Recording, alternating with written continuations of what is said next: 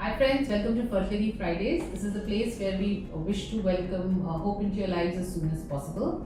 My name is Dr. Shweta Goswami and I'm the Medical Director of Ziva Fertility. We have centers in Noida and Delhi NCR.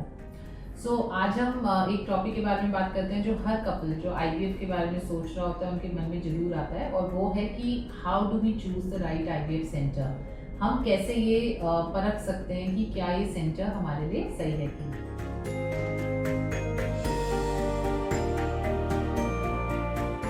तो I think from the other perspective I would like to tell you कि मेरे हिसाब से क्या वो important points होने चाहिए जो हमें माइंड में रखने चाहिए कि एक IVF सेंटर हमारे लिए सही है कि नहीं.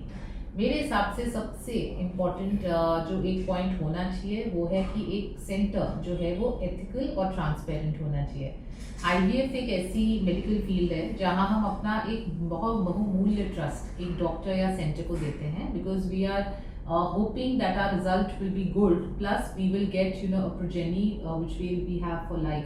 तो उस केस में क्या हमारे साथ सारी चीज़ सही हो रही है, क्या हमें हर स्टेज पे वो ट्रांसपेरेंटली बताया जा रहा है, वो मेरे हिसाब से तो पॉइंट नंबर 1 है.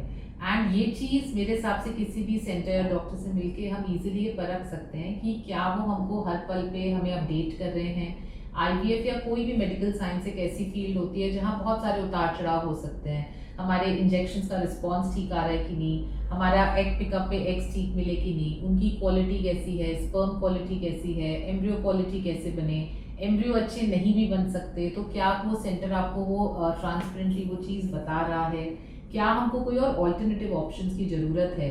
तो ये चीज़ एक हमारा एक हक है I think as a patient to know कि हमारी फर्टिलिटी जर्नी कैसी रही.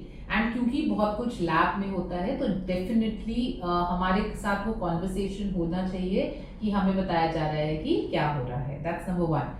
2, नीडलेस टू से IVF एक मेडिकल टेक्नोलॉजी है, तो state of the art world मतलब हमारे पास इंफ्रास्ट्रक्चर होना चाहिए.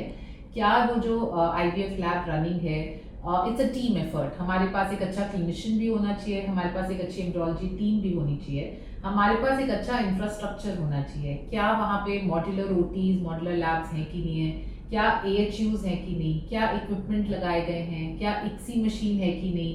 ये आज की डेट एंड एरा में बहुत बेसिक IVF ट्रीटमेंट्स हैं जो होनी चाहिए. अगर कोई लैब और इनहांस है तो क्या उनके पास लेज़र है कि नहीं है, क्या वो PGTA या जेनेटिक एनालिसिस ऑफ एम्ब्रियो करते हैं कि नहीं. बट वो हर लैब करती हो या ना करती हो, बट एक बेसिक स्ट्रक्चर हमारी लैब का बेसिक एयर क्वालिटी मेंटेन करने के लिए कैसे क्या एफर्ट लगाए जा रहे हैं वो बहुत इंपॉर्टेंट है. थर्ड, ऑब्वियसली एक अच्छे इंफ्रास्ट्रक्चर के लिए एक अच्छी टीम की ज़रूरत है. तो हमारे क्लिनिशियंस क्या स्पेशलिटी फर्टिलिस्ट हैं, आधे फर्टिलिटी स्पेशलिस्ट, उन्होंने उनकी क्या ट्रेनिंग है, उन्होंने कहाँ कहाँ ट्रेनिंग या क्या डिग्रीज ली हैं for fertility specialisation. I think that's very important. Second, कोई एम्ब्रियोलॉजिस्ट हैं तो क्या उनके पास प्रॉपर एम्ब्रियोलॉजी की डिग्री है.